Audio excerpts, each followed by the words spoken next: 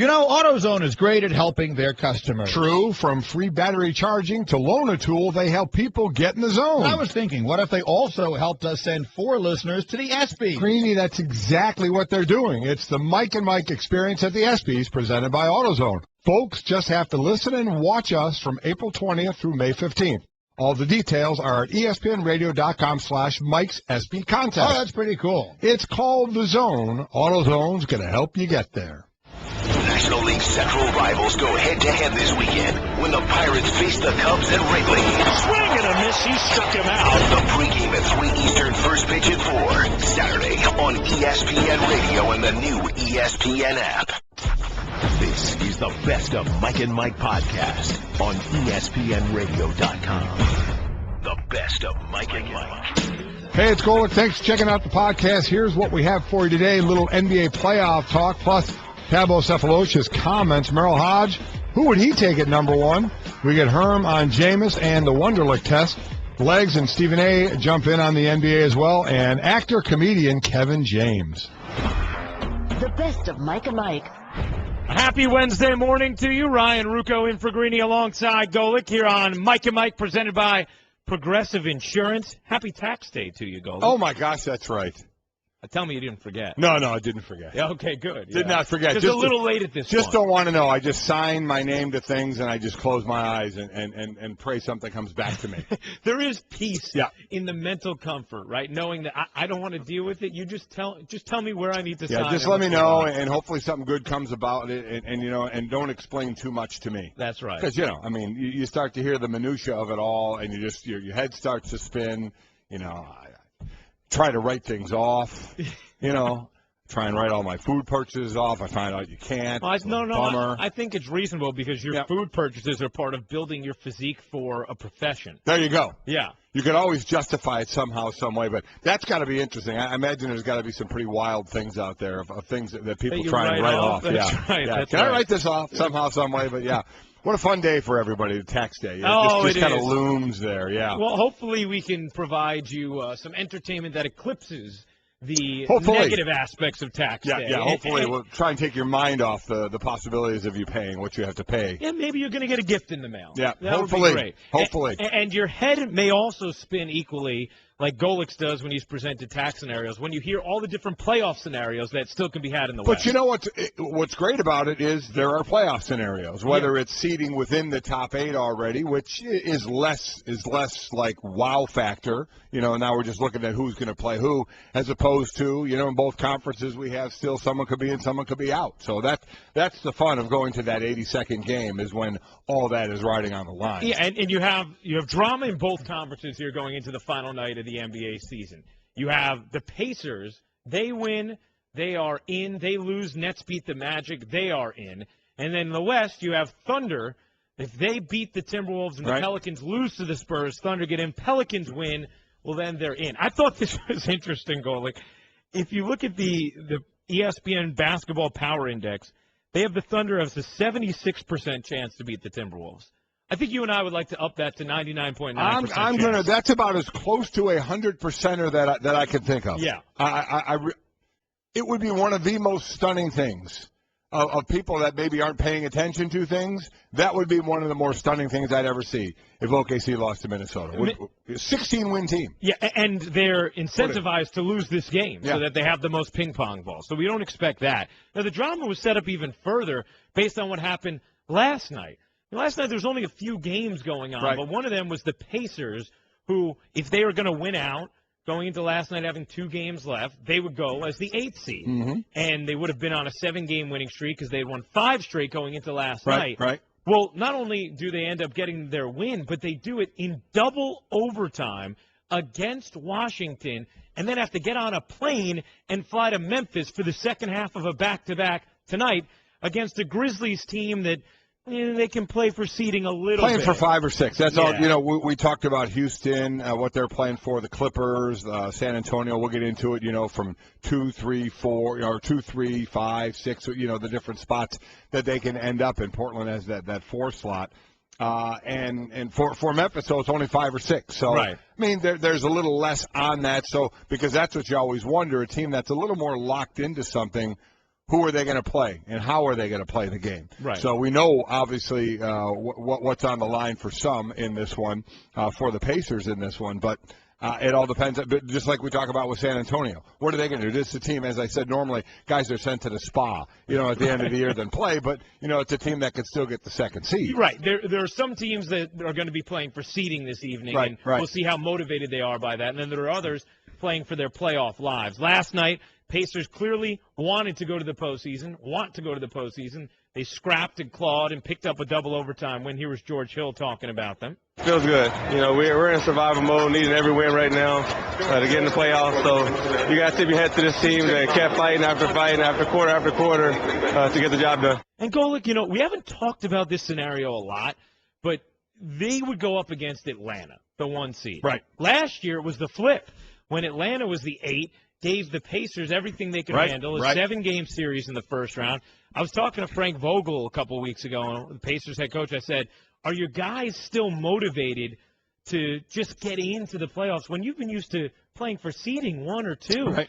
He was like, with us finally being healthy, if we can get to that place, we feel like if we get in, we can end up being a top seed, a top half East team. We think we can be a top team in this conference if we're healthy when we're getting in. I wonder if they could give the Hawks a good series should they get to the playoffs. Well, Hawks, no Sefolosha, as we'll get into that. That's going to hurt them without question. He's not going to be around. And, we talked about this with Chicago. If they would be healthy, where at the beginning of the year it was, everybody thought it would be Cleveland and Chicago playing the Eastern Conference Finals. Cleveland went through their growing pains with their new guys, went through LeBron missing some time to where, oh, my God, this is a horrible decision. They're not going to do anything to now. Okay, they're the team coming out of the East. Then you got everybody going down for the count in Chicago, including Derrick Rose again, getting meniscus surgery, but coming back now and playing. So we talk about them. If they can heal up and play healthy at the right time, how dangerous could we be? So now I think we've come full circle. It's amazing. Atlanta is the top seed by 8 games in the East, and it almost feels like nobody's giving them a shot. Everybody's saying it's Cleveland or it's Chicago, and it feels like Atlanta, the number 1 seed, has to prove themselves to everybody again that, hey, wait a minute, we're the top seed. We're the best team by record in this conference. The only problem is nobody believes they're the best team because you had teams like Cleveland going through the chemistry issues they were going through and the LeBron missing all the time, and then all the issues that the Bulls went through and now are getting healthy again. So the same could be said about the Pacers. Now, I don't think people put the Pacers up there at the top this year, even if they were healthy. But we knew what happened to Paul George, obviously, earlier in the summer. But we weren't putting them up there saying they were going to be one of the big players this year. But they're playing well right now. They really are.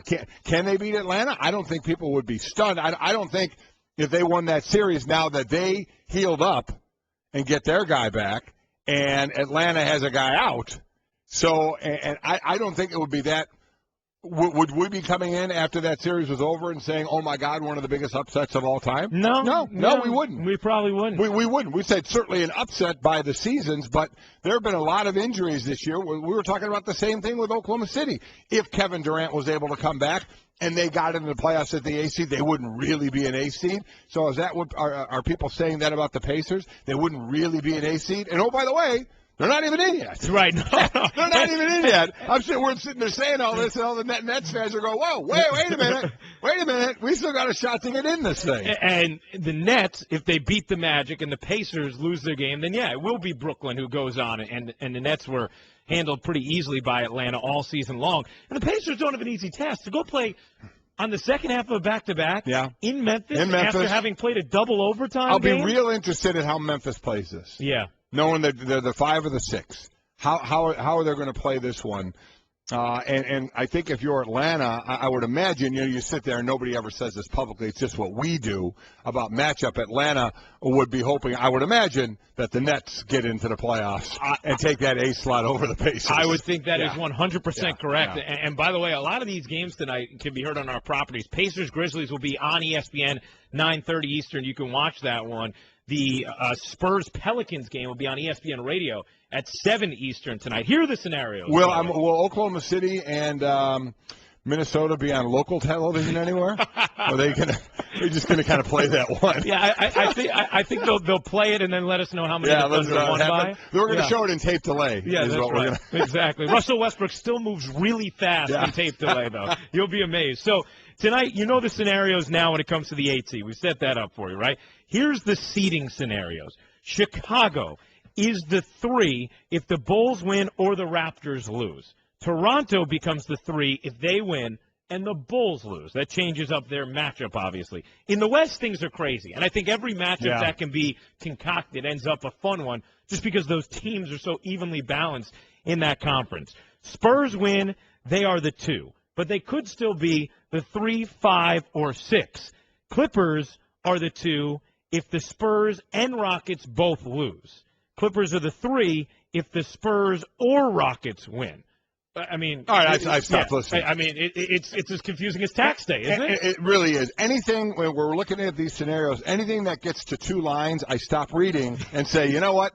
We'll let you know tomorrow what happened. Okay, when we come in tomorrow, we'll let you know what the seeding is, or as we're watching the games tonight, we can figure it out. Because you start reading this, it starts to be one of those questions on your SAT test. Right. If this, then that. If this or that, and all that kind of garbage. Or how'd the you do on Wonderlic your test. SATs? Now they changed up the SAT scoring. Well, yeah, it used to be that 1,600, now it's 2,400 because of the essay part. I didn't have the essay part, thank God. Didn't have that. Come on now, you're not a good writer? No, I no. Okay, not really. All right, fair enough. I get confused. Greeny's the one that writes the books. Colin writes the books. You ever write a book? I didn't. Maybe someday. Yeah, I'm not. A little premature for me at this point. I did write a book. Greeny and I did have a book out there. Yeah. New York Times bestseller. There wasn't a whole lot of writing that I did. I told somebody my deep inner thoughts, and they put pen to paper. That's right. Well, that's what you can do at this point. You've gotten to the place in your career where you can dictate and others can write it for you. Exactly. The best of Mike and Mike. Mike and Mike. Here with Ryan Ruocco in for Greeny alongside Golic, Mike and Mike, presented by Progressive Insurance. You're getting into it a little bit. Well, yeah. You're going to move. I have my area. I'm like in Hitch, and Will Smith tells Kevin James, who, by the way, Kevin James will be in studio here in 9:10 Eastern time. This is where you stay. The Dan, we're teaching Kevin James, we're going to be out there dancing. Yeah. You're right here. That's me. I'm right here. Yeah. That's right. Good. You got to know your lane. Yeah. By the way, Ryan Presley tweets at us, at Ryan Ruocco, at ESPN Golic, at Mike and Mike. He says, Memphis has everything on the line tonight. 5th seed, they host Portland. 6th, they're on the road first round. It's a weird thing to try and explain, being the 5th seed and you're the home team over the 4th seed Portland, but trust us. Yeah. So that is maybe true. They do play. That is true. And now home and away. What does that mean to a player? Sometimes players do better on the road, getting away. Who knows? But that certainly is something to play for. I completely agree with you. There is something to staying at home. I will absolutely. It's one of those you can justify either way. You stay at home or you go on the road. You're in that hotel. You kind of bond together. You against that city. So. Any way you do it, you justify it. But that's a good point. Playing at home certainly would be a great thing. Now, when Amin El-Hassan was in studio with us yesterday, one of the main reasons why he felt like Atlanta is not going to be able to get past Cleveland in the East is because they're not going to have Thabo Sefolosha anymore. Right. He's a broken leg. He is out for the postseason. He's going to be undergoing surgery, and he has that broken leg as a result of an incident outside a New York City nightclub, the same incident that the Pacers' Chris Copeland was stabbed in last week. We have not heard from Sefolosha until now. Take a listen. I hope you can appreciate that I cannot discuss the facts of the case. Those questions will be answered by my lawyer in a court of law. I will simply say that I'm in great pain, that I've suffered significant injury, and those were caused by the police.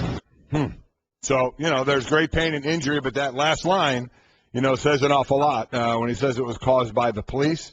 The Internal Affairs Bureau of the New York Police Department has contacted Sefolosha's attorney about interviewing him to talk about the situation. I'm sure if you haven't, it's very easy to find in today's social media world and on YouTube. what went down. There's the talk of the police and the baton. You can decide for yourself if you look at it, because it's tough to see everything that's going on there of just what went on. Yeah. And just what happened. But we do know he got hurt, it seems, in that scrum, and he is out for the year. So from the sports side, it's a bad injury for the Atlanta Hawks, again, the top seed in the East. But even more than that, we've certainly seen from the social aspect some of the horrific things that have gone on between the police department and people that they have been arresting or confronting or whatever, and it's certainly been ugly out there. Is this one of those? Is this truly one of those? That's something they're going to look at and investigate. There's no doubt he was hurt, it seems, during that scrum, but just what happened during that scrum. I've seen the tape. I know you've seen the tape. How much can you tell? Right. There's people talking about the baton. Did the police officer hit him with the baton? There are those saying they're the telescope batons that you have to snap open. Right. So was he snapping it open because he then never raised his arm again? So, I mean, that's what some are saying. Others are saying he hit him. So, listen, you can look at the video. You can decide. Sefolosha, I'm sure, is going to talk to the internal affairs there and give his side of the story. I'm sure the police officers are as well. And we'll see what comes out of it. But it's a horrible analogy to make, but you look at a replay in sports and people can see things differently. So I'll be very curious to hear what people think when they watch this video of what they think happened. Some are going to give their opinion on what they think happened. Others are going to say, I can't tell. Yeah. I can't really tell what went on. So that's why they're going to interview both sides, and they're going to go from there. And look, it's at first it was, hey, the NBA is looking into it. Right. The NBA Players Association is looking into it. But when Internal Affairs is looking into it, too. Well, sure. Yeah. We've seen some horrific situations. We absolutely have. Horrible situations.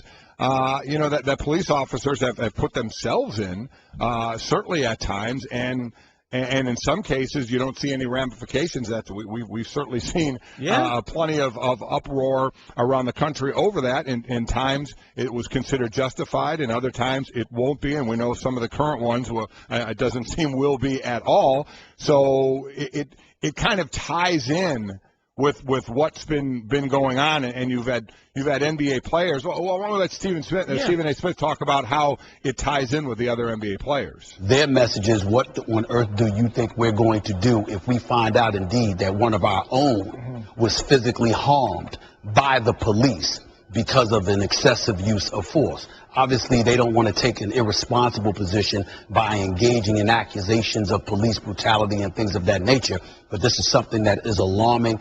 And you know what, Golic?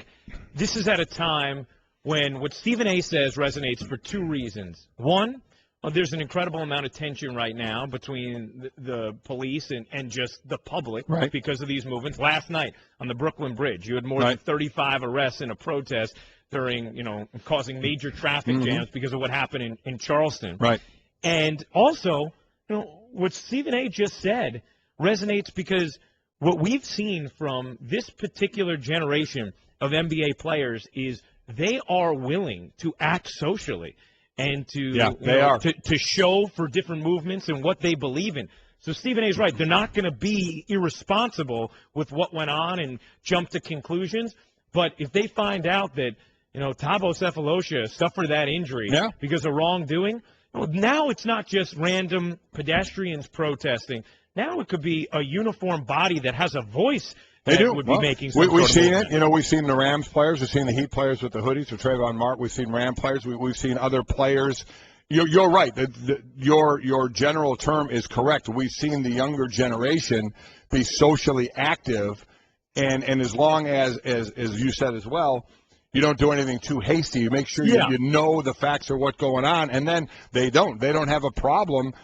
Years ago, I would imagine a lot wouldn't. You would just kind of go about your business of playing. Now, but a lot of it is you can't deny some of the things that are happening because you can see a lot of them on tape.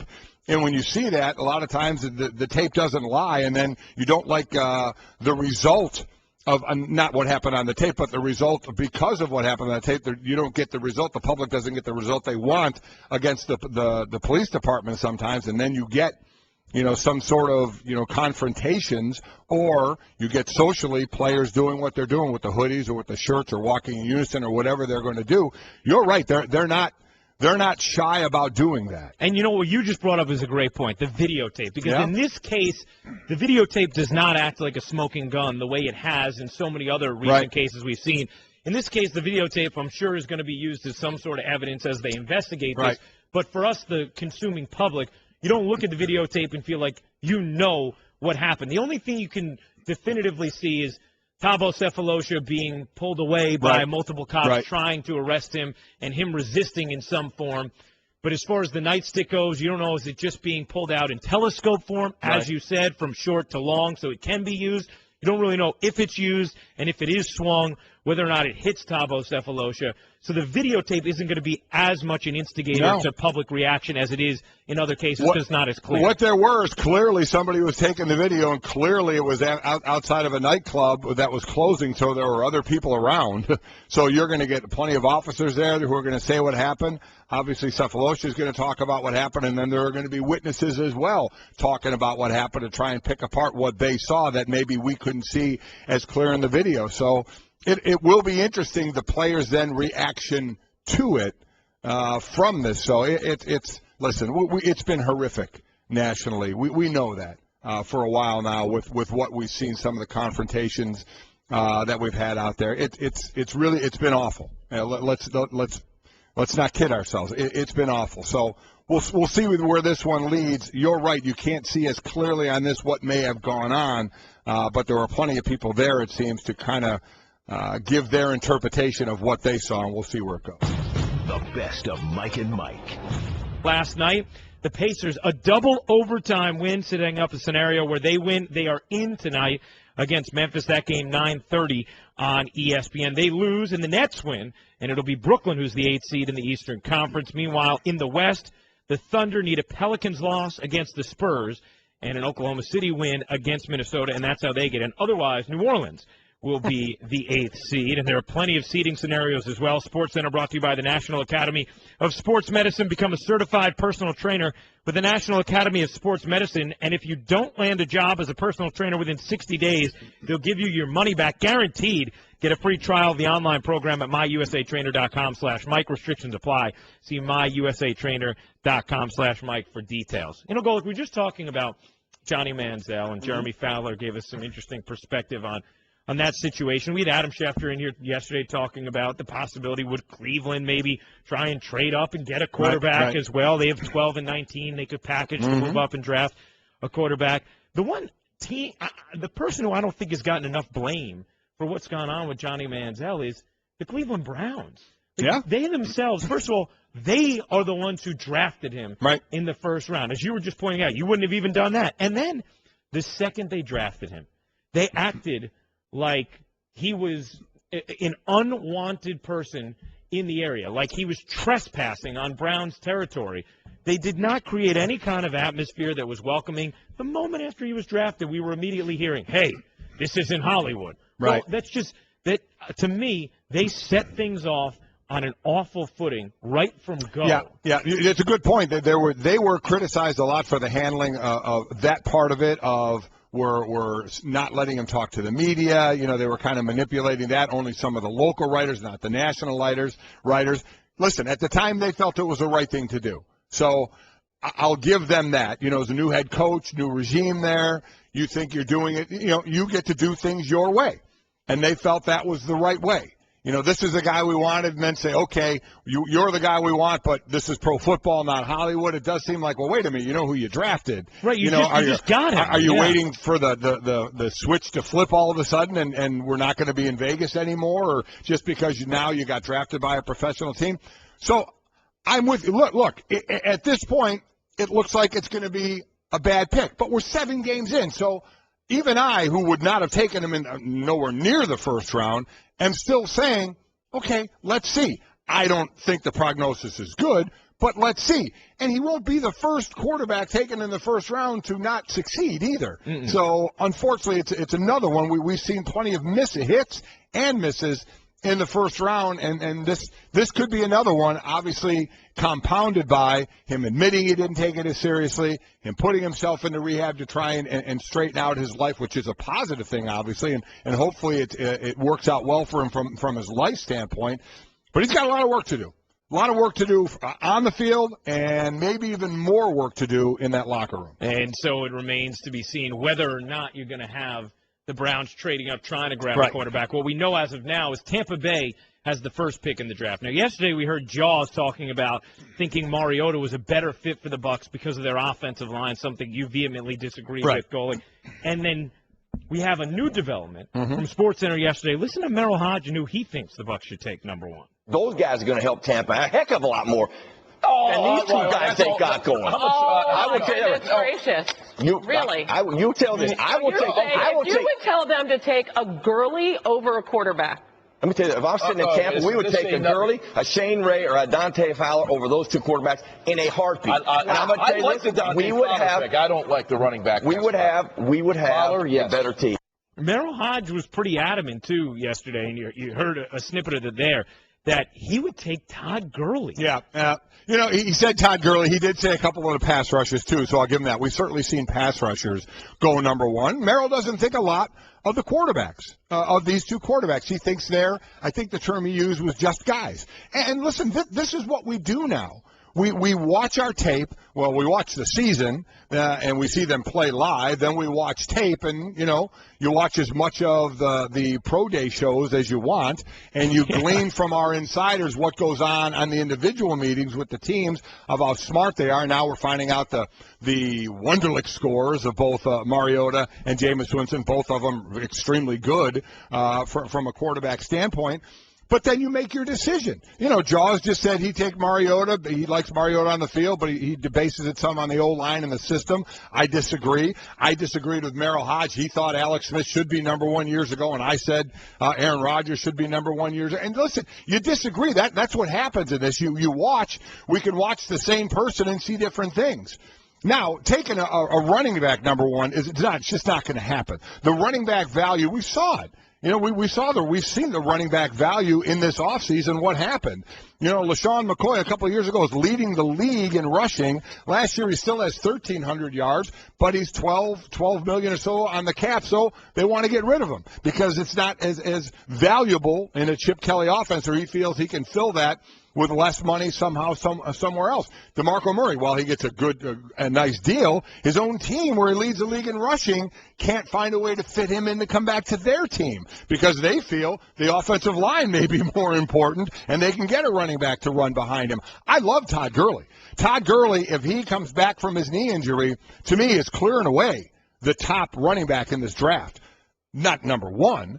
I don't think at all. First rounder? But I would take him in the first round. He and Melvin Gordon, I would take him over Melvin Gordon. I think they're two really good backs.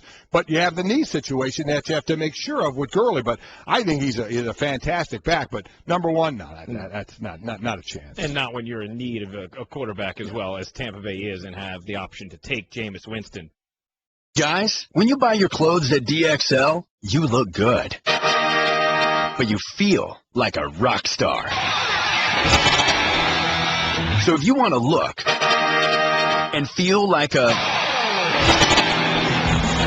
find all the brands you love, waist size 38 and up, all in one awesome store. DXL, you're looking good.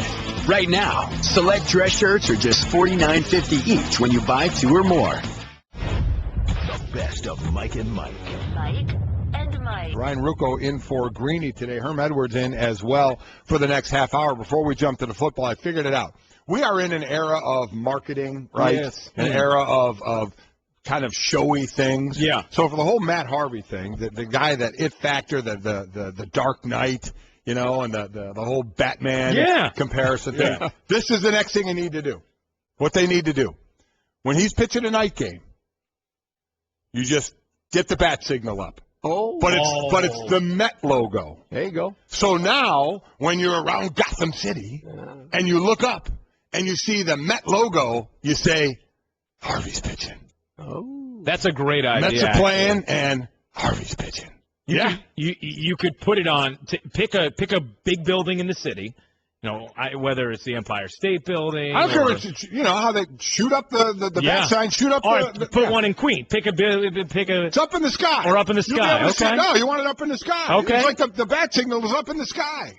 You want the Mets logo up in the sky. Do the Mets have black uniforms? You know what? They do have an alternate black. There you go. Yeah.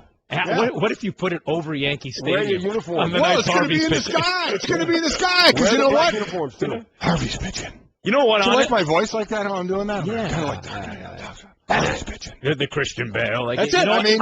There's the idea. Go ahead and run with it. When he pitches a night game, put the Mets logo up in the air, and everybody around Gotham City knows Harvey's pitching. I think that's the truth. That may be the best idea, and you've come up with some good ones. That may be the best idea you've ever come up with. I give it. I'm going to push it. I really like it. I'm going to push it on my show in New York. Speaking of hot starts, Dustin Pedroia, 3 home runs through 8 games, second time in his career.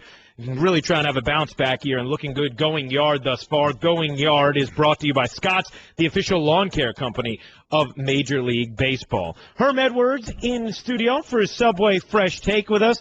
Herm, a big baseball guy, San Francisco Giants fan. Yeah, so he's been rolling in some championships over the last 5 years. We go about every other year, though. That's right. We can let those other teams have a shot at it, and we come back. Let them think they have a chance, and then come back next year and knock them out. Exactly. There you go. I like that. Herm, as time elapses between what we see on the field and then the start of the draft, the opinions about players who we had our minds made up of tend to change, right? That's what time does. It erodes what we remember about their performance, and it seems like the popular thing to do of late has been find ways to make Jameis Winston not the number 1 pick. Can you find a way in which you believe he shouldn't be the number 1 pick?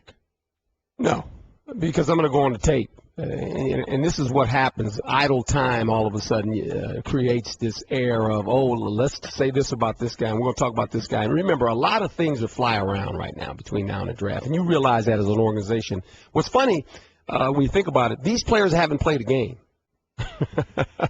All of a sudden, it's like we're finding all these other things out about him. And wait a minute, he hadn't played a game. He's the same guy that we looked at like 2 months ago. Okay, so let's don't get fooled by that. The tape never lies. You know right now, unless something off the field comes up, that's your only concern. And right now, I think the Bucs are set to draft Winston, and I think he'll be a good get for them. And I think he's the guy they should draft. And if you're Jameis, you're hoping that the Bucs do draft you because you want to play for Lovie Smith, and I think Lovie Smith is a guy that can handle the onslaught of the media questions, and I think Lovie's going to tell them this: hey, look, if we draft you and you come here, it's not about building your brand; it's about learning how to be a professional quarterback. You're only going to see the media once a week. I mean, there's going to be some things that Lovie's going to put in place so this guy can just concentrate on football. I agree with you. I think Lovie's a great coach to play for in any situation, but particularly in this one as well. Going back to the days when you're coaching, are you done? Are you done now? I mean, you're always evaluating for the draft. I mean, if you had to draft tomorrow, could teams be done? Because I'm with you, and I said it yesterday. The only reason we're hearing all this is because of the extra time we have. Yes. So I would imagine at some point you say, you know what, we're good. What you've done, Mike, is you're going to have some mock drafts. You sit there and you still have the chance to bring some players in. And what I would always do was this with my assistant coaches, because there's information out there. Mm-hmm. And so your assistant coaches, they're like refrigerators, leaky refrigerators. Can't hold anything. And so I would tell them, I said, call some of your buddies, around the league and see what they're talking about, right? Uh-huh. And they're calling their buddies somewhere in Cincinnati or Cleveland, wherever it may be. They got buddies, and you know the list of guys teams bring in, and there might be some other guys, free agents, some low round draft choices that they brought in, and you're getting information. I said, now the key to this is you get information, give nothing out, mm-hmm. and then we'd have a staff meeting. Like in a company, what'd you get? Oh, coach, we got this. They like this guy. And maybe there's a guy that, as a free agent, that some scout came up with a name. We need to look at this guy a little bit more. They really like this guy. So all of a sudden you go back in the room, you take out film. So you're looking at film. Your board is basically set from, first 2 to 3. And then when you get into the 4th to the 7th, you're really kind of looking at certain players, hoping it works. You've got mock drafts. And you're going, okay, here's the draft, and this is how it's going to work down. You kind of understand what teams are going to pick. Believe it or not, teams have a pretty good idea what teams are going to Then you say, okay, now there's a trade happening. What do we do? So you go through all these. We get a phone call. What are we going to do? They're offering this. Coach, you still want to stay with our pick or not? those discussions are coming. So because you got 15 minutes, and you got to make a decision. So you got to go through all the scenarios you can, but pretty much you're calm right now. You're just kind of waiting, and you're just gathering information. Herm, how often, if at all, have you been in a situation where you wanted a player based on what you saw on the tape and everything, and then something happened in an interview leading up to where you say, you know what, that's not the guy. Where you really loved what you saw on film, but something about meeting with him turned you off enough to say no. Well, all of a sudden, sometimes these kids talk, and all of a sudden they keep talking. You go, "Whoa, slow down, man. I don't want to know all that. Give me too much." But I think that's the great thing when you bring them on campus is that all of a sudden, you get a few of them, and they start going. You go, "Really? Okay, you did that too? Oh, really? Okay, good to know." And then all of a sudden you go, "Guys, he's off the list." And guys, sometimes when you meet a guy and you get the guys on the board, that's what you like when you bring them to campus. You want to know how much football they know, what they were taught. You have to coach them as a coach. You realize that. But it's great to know how much a guy is invested in football. That's important. How about when a guy, when you get a guy where a red flag comes up? What to you, of all the things out there from failed marijuana test at a combine to, a DUI, after a combine to how do you differentiate with all of that? Well, first of all, does he have a history? And you're going to know because these scouts, and I was a scout. When I came to the league, I was a scout first. So I get it. They watch these kids for 2-3 years. They know everything about him. And Randy Gregory's the one who tested positive, and he admitted that he had done it before. And he's going everywhere. He's got a lot of air miles right now. He's going to every team because he's going to be a high pick, and they want to sit down and talk with the kid. And I visited with him about a week ago and on the phone. So he knows. And I told him this. I say, look, going forward, I said, look, first of all, don't think you're the only guy that ever smoked some pot, okay? Because that's not true. There's guys in the league right now, players in the National Football League that smoke pot, okay? So let's understand that. Let's make that perfectly clear. The problem you had was this. You smoked it knowing that the combine, you're going to get tested. So the coach is looking at you going, wait a minute, did you not know that? Or do you have an addiction problem? That's what they want to get down to, the heart of the matter. What's the issue here? And that's the questions they're going to ask this young man, and he's going to have to come up. And I told him, look, the best thing you can do is tell the truth.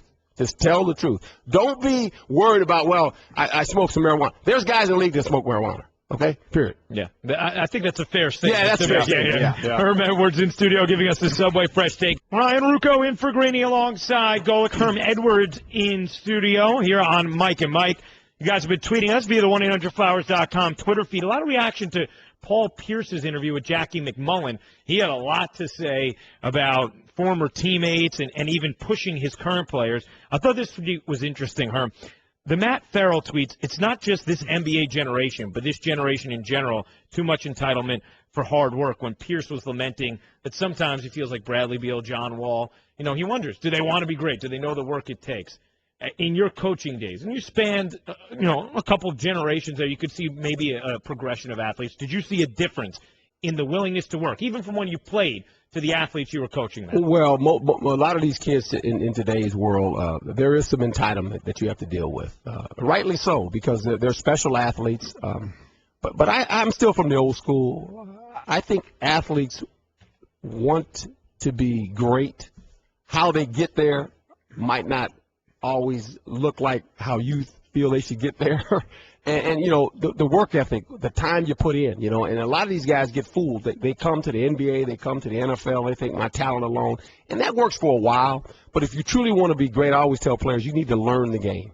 You need to be, what I always say, you need to be a professor. You need to know the game more than just play the game.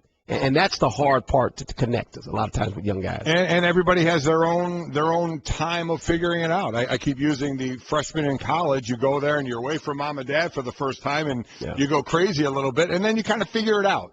Where your water level is going to be, and it's the same going into the workforce and the same going into professional sports. You kind of learn, okay, this is what I need to do to take care of my business.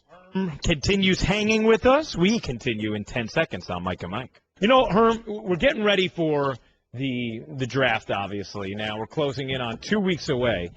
And one of the interesting developments in the offseason has been the quarterbacks, big-name quarterbacks, who've been subjected to some trade rumors.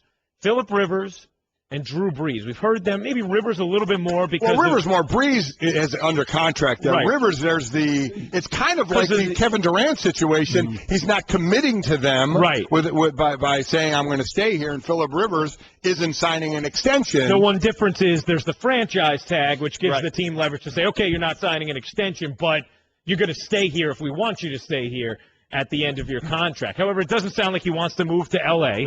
Should the Chargers do that? Herm, we were talking about this yesterday with Adam Schefter. He didn't think it was an impossibility. If San Diego interested in Mariota, that the Chargers might consider dealing a Phillip Rivers to, say, Tennessee. If you were the Chargers and you loved Mariota, would you consider making that deal? Sure. Yeah, you'd have to, because going forward, Phillip Rivers, and I think he's fantastic. This could be a win-win for both teams. Let's just say if they do deal him to Tennessee. He's going back, Phillip Rivers is from Alabama. Ken Wisenhunt coached him before. For the Titans, you bring in a guy that's the face of your franchise all of a sudden. He brings energy in your locker room. We love his competitiveness, how he plays. If you're Delaney Walker, you're really happy because you're the tight end, and you're going to get the ball a lot. But he would uplift this organization. This organization is going through a lot, ownership, the whole deal. They only won 2 games last year, so they need something like this. And if you're San Diego going forward, you look at your division and you go, okay, we got a young quarterback in Carr that's developing. Alex Smith is with Kansas City, right? How much longer is Peyton Manning going to play? We're the San Diego Chargers, okay? We're sitting here going, all right, we're the Chargers. And you get Seattle, I think of Seattle. I always think Seattle's in that division. Right. They used to be. Yeah. But, you look at your division and you go, okay, we get a young guy. We might make a move. I don't know if they are or not. But we can develop this guy, and maybe he's the future. And if you look at San Diego last year, Phillip Rivers early in the season, in my opinion, he was an MVP candidate. Yeah. But then they lost the runner. Then the offensive line was decimated by injuries. And all of a sudden, Phillip Rivers couldn't move. I mean, he couldn't get away. Mariota brings something to the table that way about, escaping. So along those lines, going back to the coaching days, getting ready for a draft, and we can think what we want about the quarterbacks, all of us, and it doesn't matter. What matters is what the team thinks. And if a team thinks this guy could be available at whatever draft pick, 1 or 2, if we think he's a franchise quarterback, should you be willing to almost give up the farm to jump up and get him if you feel as a team this is our quarterback for the next decade? Well, 10 years ago, you'd probably say no. Now, why not? Why wouldn't you do it? Because I think you sit in a position when you know you have a quarterback, you've got a 10-year run. And if you look at some of the teams that constantly are in the playoffs, if you say Peyton Manning, you go, he's in the playoffs. You say Aaron Rodgers, he's in the playoffs. You say Tom Brady, he's in the playoffs. I mean, there's certain guys, certain quarterbacks at certain teams, you got to go through that team to deal. Every year. Every year. And so, because you can get another player. Think about this. All these great defensive players, you love them, okay? But at the end, it's the quarterback. It's the guy that plays with the ball because he helps both sides of the football. And when you have a great one, you have a 10-year run. So, you give up what you have to give up. We always say a first-round pick. Right. Well, we don't know what that pick's going to be. We don't know how that guy's going to turn out. But if you think that the quarterback is your guy, go get him. Yeah. And speaking to the quarterback and everything you look at from film to combine to pro day to what they do in shorts and a T-shirt to what they do when they sit down for a 12-minute test. Remember these numbers. Peyton Manning, 28. Drew Brees, 28. Russell Wilson, 28. Joe Flacco, 27. Ben Roethlisberger, 25. That was their Wonderlic scores. Jameis Winston scored a 27. Marcus Mariota scored a 33. So now you get that information. Coach, what do you do with it? Well, obviously, they should be – those numbers are about right for those guys. Right. And now, if something's lower than that, you get a quarterback that's way down, it's a concern. There's a concern.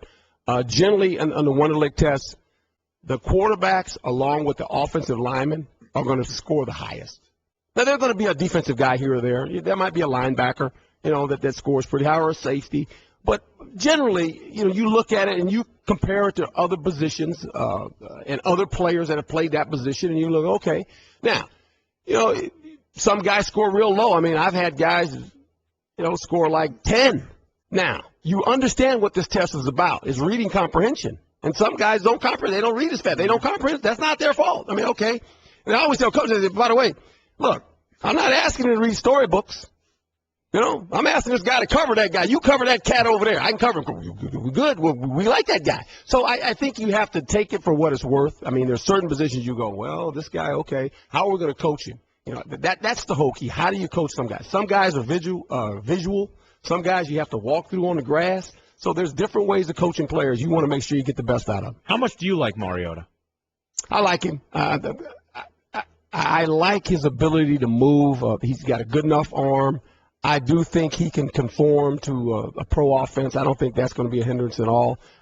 He's a leader. He's not one of those, rah-rah guys. But he's a leader. I mean, he has command in the huddle when he gets in the huddle. So I'm hoping both these guys, we always say quarterbacks, well, it's 50-50 chance. Last year, remember, we had 4 quarterbacks come out.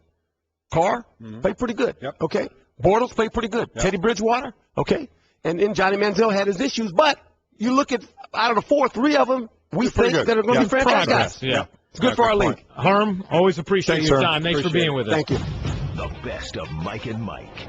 Well, yesterday we finally heard from Thabo Sefolosha saying he couldn't get into details, but police did cause his injury, one that will keep him out of the playoffs for Atlanta, the top seed in the East. That is SportsCenter, brought to you by Scott's. Scott's Turf Builder Grass Seed with Water Smart Plus coating is designed to help you succeed when growing grass. Scott's unique coating helps you grow thicker, greener grass guaranteed. Go yard with Scott's and seed your lawn. Seed it. Playoffs must be starting soon in the NBA because we have Tim Legler and Stephen A. Smith here with us on set. Ryan Ruocco in for Greeny. By the way, if I'm considerably uglier than usual, it's because I have on no makeup whatsoever. You don't need makeup. I just want y'all to know that. I'm just being honest. Why do I always have to give you your confidence? It gets exhausting for me. You know what? And it used to work. You used to be a source of inspiration until I found out that you were deceiving me all along, that you switched from fish to meat. You're actually eating meat now after riding me for 3 years about how you don't eat it. Golic's the reason that I'm not a pescatarian. So now it's Golic. See that? He throws it somewhere else. It's true. He gave me a gateway steak at 7 in the morning, and from that moment forth, Legs, you go a while without having steak, all of a sudden you taste it. Well, what world was I living in? I can't get 48 hours without some steak. No, that's just not happening. That's just me. I'm a meat eater, red meat. I got to have it. Don't know human I'll deal with you later. I'll deal with you later. So the Sefolosha situation, I heard you talking yesterday about it, Stephen A. We finally heard him speak. The Internal Affairs wanted to talk to his attorney, wants to talk to him. Yep.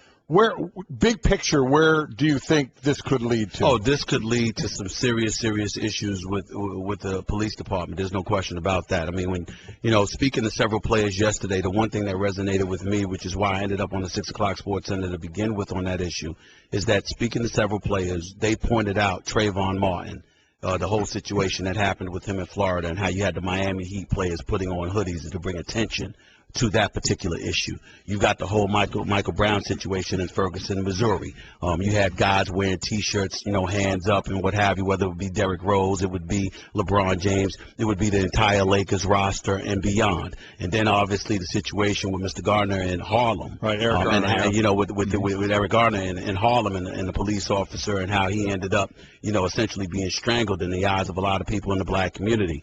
When you have those situations and ultimately that leads to, Black Lives Matter and all of that stuff being talked about, the players yesterday reached out to me and essentially said to me, excuse me, if we were willing to bring attention to those issues, how do you feel we're going to react if we find out that one of our own was harmed physically because of an excessive use of force? So it's irresponsible to sit there and just point the finger at the police department without knowing all the facts, and certainly nobody is here to do that. But be forewarned that the NBA, which I spoke to yesterday, they're continuing to investigate this matter. It's in the hands of the Internal Affairs Unit as it pertains to the police department, and the Players Association are all over this as well. And I spoke to some people there yesterday as well, and they assured me that this is not a matter that they're taking lightly, that this situation is not going away. They're going to put forth their due diligence to find out all the facts as it pertains to this case. And if this indeed involved excessive use of force. It's one thing when you're just dealing with the community at large, complaining about something that transpired in pursuit of the facts. It's another thing entirely when you're talking about the National Basketball Association that is over 75% black, that has obviously had the history that it's had recently with the Donald Sterlings of the world and others, and then you take into account some of the social issues that have taken place in our society pertaining to young black males. They're taking this issue very seriously because now it is one of their own. And Thabo Sefolosha is a guy that is well-liked. He's going to be missed by the Atlanta Hawks, according to some members of the Atlanta Hawks, as well as guys, his contemporaries in the NBA. And they are taken aback because they're like, what trouble does this guy get into? What possible excuse could you have for breaking his leg? We want to know. And these are a bunch of millionaires that are going to be on a mission to find out exactly what transpired. Also has to be a situation, Timmy, where one thing that happens in the social media of today is quick. You know, you've made your decision, you know, before you see anything.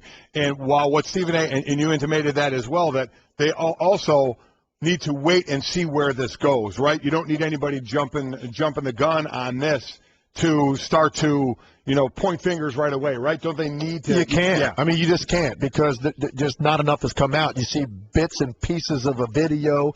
You've seen bits and pieces of comments about what happened. This is something that has to be thoroughly investigated. Let all the facts come out, and then you have to proceed. You can't rush. You can't rush on this. If you're the players' union or the players' reaction to this, or the Atlanta Hawks' reaction, or even Sefolosha's reaction, you have to let that come to fruition. It's just the shame of it is, regardless of what happened, the shame of it is you know the effect that this is going to have on Atlanta. Now you're talking about a guy that's out in New York for a night out. Should he have been there? Should he not? That time of night, this late in the season, that's another discussion. The bottom line is now you could have potentially altered the postseason for Atlanta in the midst of having the greatest season that their organization has ever had. Because I think personally, Sefolosha is that important to what they're doing on the court. So let the facts come out, and then we can all make our own judgments about what went down. But the one thing that one of the players mentioned to me yesterday, and I wholeheartedly agree with him, is that, okay, let the facts come out. But at the same time, this doesn't need to be something that's dragging on for weeks upon weeks at a time. Correct. This is the difference between dealing with an impoverished community that may not have but so much power unless they come together collectively. This is entirely different than that because now you have a collective body of NBA players, the Players Association, rife with a bunch of millionaires that have the clout, the cachet, and beyond to take a stance and to demand what happened, to know what happened expeditiously. Well, it sounds like there's a lot of bodies at play here who are going to try and get to the bottom of this and find out exactly what took place, including internal affairs, but then also the NBA, the NBA Players Association. I'm sure Thabo Sefolosha's legal team is going to be interested as well. Mike and Mike. Getting you ready for Kevin James, who's in studio right now, giving us his Subway Fresh take here, promoting Paul Blart Mall Cop 2. Hello, Kevin. What's up, boys? How you feeling? I'm feeling great. I love having you on. Really appreciate it. I love coming here. I believe me. The first thing I want to ask, because when I get on one, I can't control one, but I imagine it's easier the more you do it. How long did it take you to get used to a Segway? I got used to it for the first one. When I did the first movie, they bought me one, and I tooled around on it. How long did it really take? Did you have some falls? Oh, yeah. Well, there's a false sense of confidence you get because you learn it pretty quick. Yeah. You pick it up. It's like a body thing when you kind of lean. And then you get overconfident. And then, if that wheel hits anything, like a curb or just another wheel, or it's just somebody comes too close to you, you can eat it hard, and I did. I ate it so hard. So when you're eating it, when you're just hitting the deck on this, we see that in outtakes at some point, right? Yes. Oh yeah. Well, in the first one was crazy, and this one this movie we made it bigger in every way, but we made the Segway bigger also. I mean, it was like, and this was scary because we had to build it, and it was fast, and it was not fun to be on. You know what I do love about you though, because you're so funny in what you do, and I love watching all the stuff you do. But then the added level of taking the falls. Oh man. You know, of that part of it. You know what it is? My sports career ended quite a long time ago, and this is how I live my dreams now. Yeah, this is how I'm active, I guess. It's just kind of, I still want to play, but I can't compete. So it's like I do it this way. If it wasn't acting, what would be the sport and what would be the position? Oh my gosh! Well, back in high school and college, it was running back, but that doesn't seem to work out anymore. And I remember when you gave it a shot in King of Queens, trying to go back. That's right, with the kids. Yeah, that would have to be my competition. I would have to go against 4-year-olds if I was playing now. But I miss it. I still dream about it. I still dream about seeing the hole and going through, getting through the gap. And it was the greatest time of my life. Playing football. We know you're a huge Met fan. Yeah, I was there last night. That's why I'm all chewed up today. Sorry. Hey, no, please. And yesterday, you're there for Matt Harvey's first home start.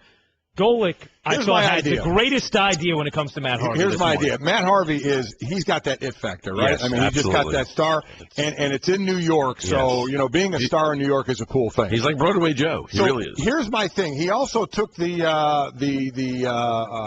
nickname Dark Knight. Dark Knight. So he stole it from Batman, and I've always said Batman's not a superhero because Batman didn't come back and say, you can't take my name. He's not tough enough to do that. So that's another conversation. My thought is let's play up this. This is what we do nowadays. Every time Matt Harvey pitches a night game, shoot the bat signal in the air, but make it a Mets logo. So now when people are driving around Gotham City, they can look up, see the Mets logo, and they can say, Harvey's pitching.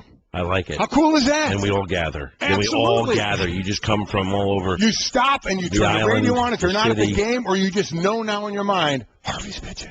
Either that, or you can just look in the paper and see that Harvey's pitching, and then just go that way too. But I like that. I like that as well. And I'm trying to do the whole thing. I'm trying to do the voice thing. Yes. It'd be cool. Harvey's pitching, and you just kill me. The heavy breath. It works. It's good. It's not bad. I mean, if you shot it up into the sky somewhere in Gotham. Yes, but I mean, I think it could work. I would be there. I'm showing up. Yeah. So. Or you're just reading into the paper and showing up. Or I just go, hey, Harvey's pitching. And then you don't have to do, Harvey's pitching. Which, speaking of the Dark Knight, see, I mean, the Joker knew. He knew right. all along who That's the Dark true. Knight was. Go get your friend Harvey. Now, are you, I mean, Kevin, you're a big Mets fan, been for a long time. Do you feel more hope this year? I absolutely do. I really do. I mean, they were great last night, and it was a struggle last night. I got a little tight for a while, and it was good that Harvey even had a little trouble. I mean, I liked it. He was going to come, and he fought through it and did great. And it's going to ease up. I'm a little worried because we got a couple injuries last night. Right going down. Hamstring again, and those things are just relentless. But everybody, I think it takes the pressure off everybody. When you've got an ace like Harvey and he's throwing well, I think, other people can loosen up and play their game. So going now to the movie, give us, also Paul Blart, now Paul Blart 2. Give us kind of the run-through. We made it so much bigger and crazier, honestly. We took it out of a mall. We bring it to Las Vegas, Nevada. Yeah. Nothing wrong with that. No. It was big. It was big. We had we got comedians in this one with me, and it's awesome because the first one I was like fighting all these bad guys by myself. Now I have these guys to play off of. We have like a band of misfits, and I got my daughter. She's great. It's emotional. It's got so much physical comedy, and it's for everybody. You can bring the whole family to and just have fun with it. Oh, good. A family movie. Yeah. You don't see that. They're hard to find. Yeah. The film opening Friday, April 17th. That's this Friday. Kevin, you do stand up. Your stand up's fantastic as well. And obviously, we've seen you in sitcoms. We've seen you in movies.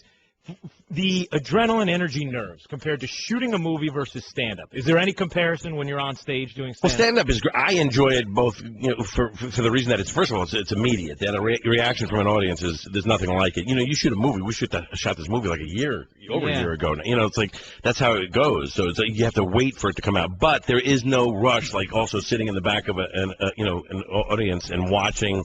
A screening of your movie, and we did that with this movie, and it's awesome to watch family and just cracking up and just having a good time. That's what I. You just think about the nerves though, because when you're filming a movie, you can do that. You can take 2, take 10, take whatever. Stand up, you can't. Yeah. But I've been doing stand ups, for a long time, so I got used to it. I was real nervous in the beginning, and once in a while I get little butterflies if it's a big show. Is there a role that you haven't played yet that you want to play? Othello, something like that? No, that's it. I did Othello. That's how I started my career. I'm just looking for different things now to, whatever. I mean, it's wherever. It's all about the script, the story. If it's a fun story to do, and I tend to obviously go for these crazy comedies, but that's anything dramatic down the road would be good, or who knows, action hero. That's how I see myself. And there you go. Yeah. And crazy romantic sex symbol. That's basically. See, I've always wanted to do that. I've always wanted to do a love scene, but I heard how it would sound. Well, yeah. But, you know, the excuse I like to use is my wife won't let me. She doesn't even want it to happen in her own house. That's right. That's a good one. Now, I got to ask you, Kevin, because you say you're in the theater at a screening, Yeah. watching the audience's reaction. Right. Afterward, when this comes out, will you duck into a theater? I'm going to go Friday night. I'm going to be popping in theaters. Oh, absolutely. Do you go hat and hoodie? Oh, yeah, you kind of go in the back. You don't want to disturb people, but then afterwards, if it's good, you say hello to everybody. If you don't, you get in a cab and you're out of there. You're like, oh, gosh, let's go. If the reaction's not right, you bail. This is before the final scene. Yeah. Oh, that's tremendous. Well, Kevin, we appreciate you being in studio with us. The movie opens this Friday, April 17th. Paul Blart. Mall Cop 2, and good luck to you, the movie, and to your Mets this season as well. Thank you. I feel good about it. And if they get this is the time to feel good about it before it all goes south. That's right. April always feels good. That's right. Now that you're 3 and 4 hitters, or 2 and 4 hitters already hurt. We're over? Yeah, that's true. But we're still over 500. I'm good, man. I'm good right now. And at least we know, too, if you struggle with the Harvey whispers, we have Kevin James to step in and do it just fine. I'm telling you it's going to happen. I'm in. The Mets logo is going to be in the air, and I'm going to get no credit for it. I like it. Just voice it. Do the voiceover. I will. That's Kevin James. And Paul Blart Mall Cop 2 on April 17th. That's creeping me out, man. This has been the best of Mike and Mike on ESPN Radio Pod Center. To hear more from Mike and Mike, log on to ESPNradio.com and become an ESPN Radio Insider. The best of Mike and Mike.